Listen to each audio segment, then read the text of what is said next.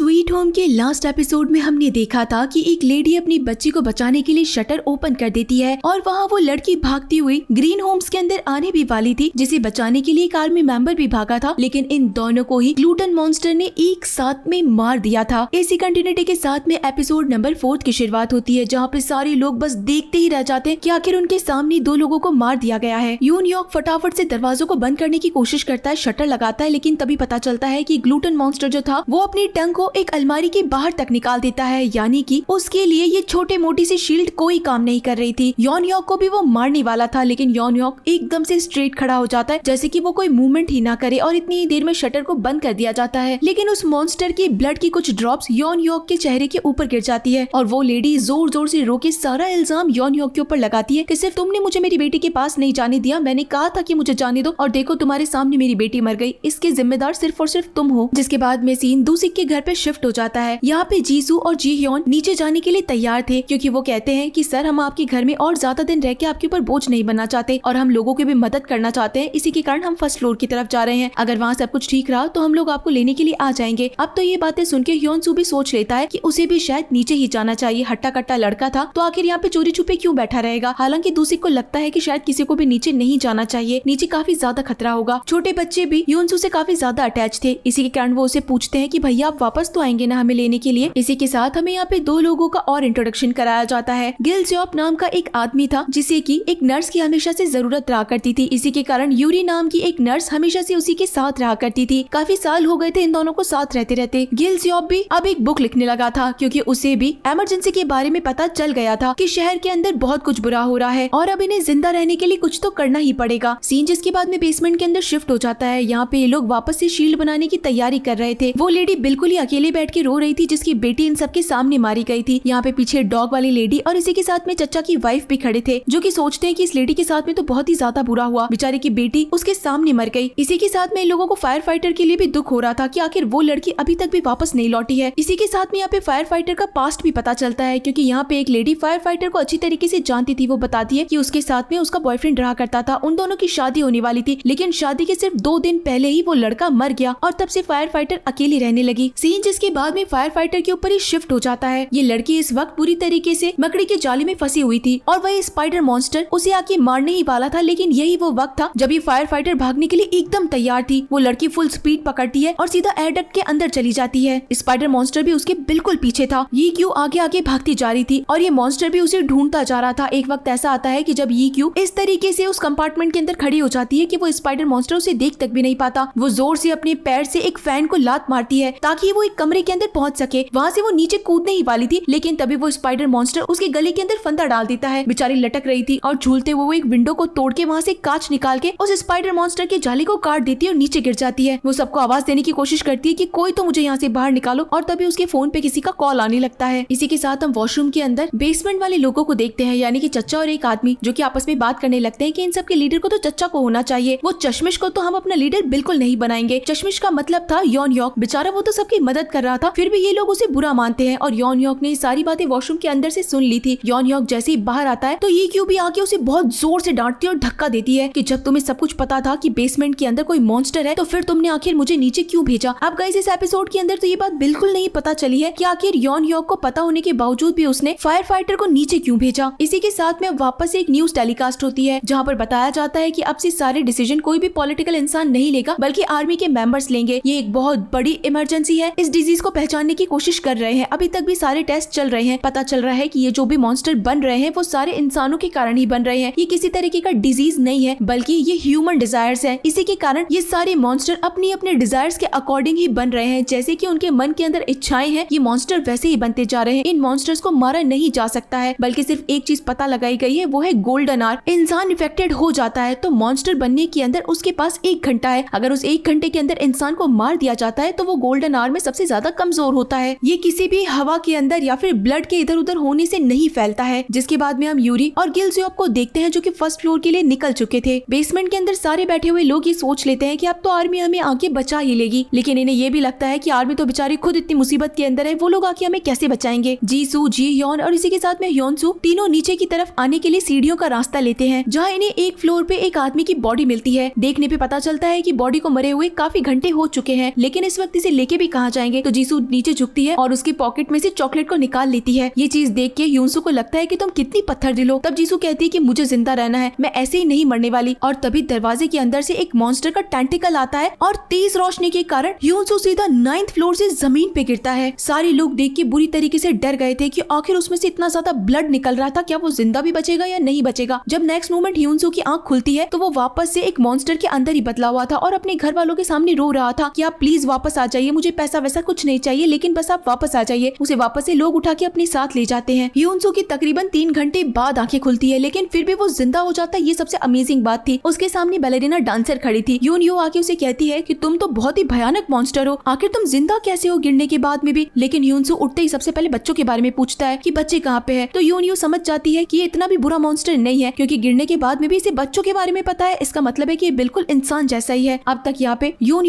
भी पहुंच चुका था, जो कि उसे सबके साथ में बाहर लेकर आता है। अब तो सबके सामने रिवील हो गया था कि ह्यूनसू एक मॉन्स्टर है, लेकिन उसे यहाँ पे रखा जाना चाहिए या नहीं रखा जाना चाहिए, ये एक बहुत बड़ा क्वेश्चन सिर्फ और सिर्फ चच्चा ने बना दिया था। चच्चा उसके गले पे एक चाकू रख देते हैं और बोलते हैं कि अगर तू मॉन्स्टर बना तो सबसे पहले तो तुझे मैं ही मारूंगा। और उसके बाद में सारे के सारे बेसमेंट में बैठे हुए लोग इस बात के ऊपर फैसला लेते हैं कि ह्यूनसू को यहाँ पे नहीं रुकाना चाहिए। योनह्योक कहता है कि तुम लोग मिलकर ऐसे क्यों डिसाइड कर रहे हो, आखिर इसकी गलती क्या है, अगर ये मॉन्स्टर बन गया तब की तब देखी जाएगी। लेकिन चच्चा इस बात के ऊपर अड़ जाता है कि अभी के अभी इसे यहाँ से बाहर निकाल के फेंको, नहीं तो इसे मैं जान से मार दूंगा। लेकिन सारे लोग इस बात पे राजी हो जाते हैं कि बैठ के वोटिंग करते हैं, डेमोक्रेसी है। चच्चा तो यहाँ पे कंटिन्यूअसली अपनी वाइफ को हर वक्त गालियां दिया करता था। जिसके बाद में सीन यहाँ दूसरी के घर पे शिफ्ट हो जाता है। वो लेडी जो कि बच्चों के साथ में थी, वो सब्जियों को कट कर रही थी और एकदम से उसके अंदर से डेविल फेस बाहर निकलता है और वो खुद की फिंगर्स को चॉप कर देती है और बच्चों की तरफ देखती है। तो क्या वो बच्चों को मार देगी? यहाँ वापस से सीन बेसमेंट के अंदर ही शिफ्ट होता है। अब तक यहाँ पे वोटिंग हो चुकी थी और बिल्कुल टाई हो चुका था। आधे लोग चाहते थे कि ह्यूनसू को यहाँ नहीं रखा जाए, बल्कि आधे लोग चाहते थे कि ह्यूनसू को रखा जाए। चच्चा फिर से एक एक को पूछने लगता है कि आखिर तुमने इसे रोकने के लिए वोट किया, कि आखिर तुमने इसे रोका। और वो खुद की वाइफ के पास जाके उसे उठा के चांटा ही मारने वाला था कि क्या तू मेरे खिलाफ गई। लेकिन पीछे से फायर फाइटर आके उसे रोक देती है कि कोई जरूरत नहीं है अपनी वाइफ के ऊपर हाथ उठाने की। जब ये चच्चा बुरी तरीके से चिल्ला ही रहे थे, तभी ह्यूनसू कहता है कि क्या मेरे पास हक है खुद को वोट देने का। और तभी पता चलता है कि चच्चा भी बुरी तरीके से इन्फेक्टेड है। उनकी नोज से हद से ज्यादा ब्लीडिंग स्टार्ट हो जाती है और टप टप करके पूरा का पूरा फ्लोर भर जाता है, उनके कपड़े भर जाते हैं। तो फिर अब आखिर चच्चा क्या कहेंगे खुद को, कि उनको भी बाहर निकाल के फेंक दो। सारे लोग बाहर बैठ के बात कर रहे थे कि आखिर ये डिजीज कब तक फैलती रहेगी और इसके पीछे का रीजन क्या है। जहाँ पे वही बैलेरिना डांसर जो कि एक नंबर की नेगेटिव लड़की थी, वो आके सबको भड़काने लगती है कि ये सब कुछ अपने अंदर के डिजायर से हुआ था। तुम लोगों ने सुना नहीं क्या, हो सकता है कि तुम भी मॉन्स्टर हो, मैं भी मॉन्स्टर हूँ और आगे आने वाले टाइम में हम सब मॉन्स्टर बन जाए। तो अभी बस जितना टाइम है उतना हंसी खुशी से बिता लो। बेचारे सारे लोग पॉजिटिवली बैठे थे और वो सबका आके दिमाग खराब कर देती है। यहाँ पे पीछे वही टूटा फूटा आदमी भी था जिसे सांगवॉक ने बहुत बुरी तरीके से मारा था। इसी के साथ हम चच्चा को देखते हैं जिन्हें अब होश आ गया था और पूरे कपड़े ब्लड से भर रखे थे। वो जब उठ के खुद को देखते हैं तो वो एक मॉन्स्टर में नहीं बदले हुए थे, बल्कि इंसान ही थे। इसी के कारण वो ह्योनसू से पूछते हैं कि तुम बताओ आखिर तुम मॉन्स्टर कैसे नहीं बनते, तुमने खुद को कैसे रोक रखा है। अब ह्योनसू और इन चच्चा दोनों को ही क्वारंटीन कर रखा था एक अलग कमरे के अंदर। ह्योनसू बताता है कि मुझे बस इतना ही पता है कि खुद के ऊपर तुम्हें थोड़ा कंट्रोल करना पड़ेगा, खुद को संभाल के रखो, खुद पे काबू रखो, बस मुझे इतना ही पता है। यहाँ दूसरी तरफ डॉगी वाली लेडी और एक लड़की आपस में बात कर रहे थे। तभी फायर फाइटर आती है और इन दोनों से पूछती है कि वो आर्मी वाला लड़का कहाँ पे गया। जहाँ पे ये लोग बताते हैं कि तुम्हें पता नहीं है शायद, असल के अंदर आज सुबह बहुत ही बुरा हुआ। एक लेडी जो कि बार बार में चिल्ला रही थी कि उसकी बेटी बाहर है, उसको बचाने के लिए वो आर्मी मेंबर बाहर की तरफ भागा और मॉन्स्टर ने उस बच्ची को और उस आदमी दोनों को ही मार डाला। ये बात सुन के इस फायर फाइटर को बहुत बुरा लगता है और उसे याद भी आता है कि उसे एक कॉल भी आया था। फायर फाइटर यानी कि ये क्यों बिल्कुल अकेली बैठी थी। इसी वक्त चच्चा की वाइफ यहाँ पे आती है जो कि उसके लिए कुछ खाने के लिए लाई थी। ये लेडी सच में बहुत ज्यादा अच्छी दिखाई गई है। वो ये क्यों को कहती है कि तुमने कई दिनों से कुछ खाया नहीं है, तुम कुछ खा लो। लेकिन ये क्यों जैसे ही राइस को सूंघती है तो उसे एकदम से बहुत अजीब लगता है। तो ये लेडी कहती है कि हो सकता है शायद खराब हो गए हो, मैं सूंघ के देखती हूँ। लेकिन उसे पता चलता है कि ये तो बिल्कुल ठीक है। फायर फाइटर का जी काफी ज्यादा खराब हो रहा है, उसे कुछ भी चीज खाने का मन नहीं कर रहा। इसी के साथ में सीन उस लेडी के ऊपर शिफ्ट हो जाता है जिसकी बेटी आज ही सुबह मरी थी। गिटारिस्ट यानी कि जीसू उसके पास आके बैठती है और कहती है कि आपके पास अपनी बेटी की पिक्चर्स तो है, मेरे पास तो बहुत कम पिक्चर्स बची है। जीसू का बॉयफ्रेंड भी मर गया था और वो इस लेडी को समझाती है कि लोग अगर चले जाते हैं तो उससे उभरने में टाइम लगता है, लेकिन हम सबको उभरना पड़ता है। आप बस अपनी बेटी की यादें अपने पास रखिएगा क्योंकि वो बहुत अच्छे इंसान थे। जाने से पहले जीसू उस लेडी को काफी ज्यादा हिम्मत, हौसला और इसी के साथ में एक चॉकलेट भी देके जाती है। ये सारी चीजें बाहर खड़ी हुई बैलेरिना डांसर देख रही थी। हमें जीसू की कुछ यादें दिखाई जाती है कि कैसे वो बेसबॉल खेल रही थी, उसका बॉयफ्रेंड उसके साथ में ही था। इन दोनों की जोड़ी बहुत प्यारी थी, ये दोनों बहुत एक दूसरे से प्यार करते थे। जीसू ये सारी चीजें दिमाग के अंदर सोच रही थी, याद कर रही थी और तभी बैलेरिना डांसर आके बोलती है कि कर लिया तुमने नाटक, तुम तो बहुत अच्छी एक्टर निकली। इस वक्त आखिर कौन सी एक्टिंग, कैसे एक्ट्रेस, ये सब उस लड़की को नहीं नहीं बोलना चाहिए था। तो जीसू भी मौका नहीं छोड़ती बोलने के लिए कि मैंने मेरे लाइफ के अंदर कभी चुड़ैल को नहीं देखा, अच्छा हुआ जो आज तुम्हें देख लिया। इसी के साथ हम उस टूटे फूटे आदमी को देखते हैं जिसके सामने एक बार फिर से सैंगवॉक आ चुका था और उसे फिर से बहुत बुरी तरीके से पीटता है। ये आदमी भागने की बहुत कोशिश करता है लेकिन सैंगवॉक से नहीं बच पाता है। सैंगवॉक सारे लोगों के पास चला जाता है और कहता है कि मैं इन्फेक्टेड हूँ, मुझे अभी के अभी अंदर डालो, क्वारंटाइन करो। सैंगवॉक के आने से पहले पहले यह आदमी खुद को कमरे के अंदर बंद कर लेता है। तभी बैलेरिना डांसर भी उसके पास आ जाती है और कहती कि अरे तुम तो जिंदा हो। और ये टूटा फूटा आदमी सब लोगों के सामने बड़ा एटीट्यूड दिखा के दरवाजे को बंद कर देता है। इस आदमी पे तो 110% डाउट आ ही रहा है। जिसके बाद हम ह्यूनसू को देखते हैं, वो भी नींद से उठा ही था और उसके सामने ये टूटा फूटा सा आदमी बैठा था जो कि उसे खाने के लिए कुछ देता है और साथ ही में बड़े ही खतरनाक एक्सप्रेशन देख के उसे बताता है कि मैं अभी तक मॉन्स्टर नहीं बना, तुम बताओ ना आखिर मॉन्स्टर कैसे बनते हैं, तुम प्लीज मुझे बाइट कर लो, मैं मॉन्स्टर बनना चाहता हूँ। उसके बाद नींद आती है क्या और कैसा लगता है, काफी ज्यादा स्ट्रॉन्ग फील होता होगा ना। ये सारी बातें सुन के तो बेचारा ह्यूनसू जो कि खुद एक मॉन्स्टर था वो डर जाता है। वो कहता है कि नहीं ऐसा कुछ भी नहीं है, मॉन्स्टर कोई आराम से नहीं बना जा सकता है। ह्यूनसू डर के मारे वहाँ से चला जाता है, दूर हट जाता है उससे। इसी के साथ हम सैंगवॉक को देखते हैं जिसने फाइट के दौरान उस टूटे फूटे आदमी से किसी दरवाजे की चाबी को चुरा लिया था। इसी के साथ में फायर फाइटर का एक सीन दिखाया जाता है जब पता चलता है कि उसे चचा की वाइफ प्रेगनेंसी किट देने के लिए आई है और साथ ही में ये भी पता चलता है कि ये फायर फाइटर प्रेग्नेंट है। इसी के साथ में सीन यहाँ कोरियन टीचर में यहाँ के ग्रुप के लीडर के ऊपर शिफ्ट होता है। कोरियन टीचर यानी कि जे ह्योन, इसी के साथ में चश्मे वाला लड़का योन ह्योक, ये आपस में बात करते हैं कि आखिर अब इन्हें क्या करना होगा, इनकी शील्ड भी काफी ज्यादा कमजोर होती जा रही है। तब योन ह्योक जे ह्योन के हाथ में शील्ड देखता है और पूछता है कि आखिर तुम्हें ये कहाँ से मिला। तब जे ह्योन बताता है कि 7th फ्लोर पे एक अंकल रहते हैं दूसिक, उन्होंने ही बना के दिया है। सीन जिसके बाद में दूसिक के घर पे शिफ्ट हो जाता है। बच्चे यहाँ पे काफी देर से खेल रहे थे और दूसिक को इस बारे में कुछ भी नहीं पता क्योंकि वो तो यहाँ पे वेपन बनाने में लगा हुआ था। बच्चे आके कहते हैं कि अंकल काफी देर हो गई है, आंटी अभी तक भी वॉशरूम से बाहर नहीं निकली है। तब दूसिक पूछता है कि आखिर कितनी देर हुई आंटी को अंदर गए हुए। तब पता चलता है कि पिछले 1 घंटे से वो लेडी बाथरूम के अंदर ही है और अभी तक बाहर नहीं निकली है। दूसिक सबसे पहले अपने वेपन को लोड करता है और उसके बाद भी वॉशरूम का दरवाजा खोलता है। तो अंदर का सीन गाइस अब तक का सबसे वियर्ड सीन था, यानी कि मॉन्स्टर वर्स देख लीजिए या फिर ज़ॉम्बी वर्स देख लीजिए या फिर कोई और साईफाई तरीके की सीरीज देख लीजिए, लेकिन इस तरीके का मॉन्स्टर अभी तक नहीं दिखाया गया है। एक फीटस था जो कि एक बहुत बड़े वॉर्म के अंदर था और उसके अंदर एक बेबी था जिसका हार्ट भी पंप हो रहा था, जिसका सर हद से ज्यादा बड़ा था। और ये लेडी जो कि हमेशा एक गाना गाया करती थी, उस मॉन्स्टर के अंदर से भी वही आवाज आ रही थी। दूसिक चाह के भी उसे शूट नहीं कर पाता क्योंकि उस मॉन्स्टर के अंदर, या फिर हम कह सकते हैं कि वो बड़ा सा बच्चा जो कि एक मॉन्स्टर था, उसकी धड़कनें चल रही थी। और इसी के साथ गाइस ये शानदार एपिसोड यहीं पे खत्म हो जाता है। तो क्या ये बेबी मॉन्स्टर निकल के बाहर आ जाएगा, किसी को नुकसान पहुंचा देगा, या फिर दूसिक उसे जान से मार देंगे, ये सब कुछ गाइस हमें 5th एपिसोड में पता चलेगा। तो चलिए फिर मिलते हैं आप सभी लोगों से 5th एपिसोड में, तब तक के लिए टाटा।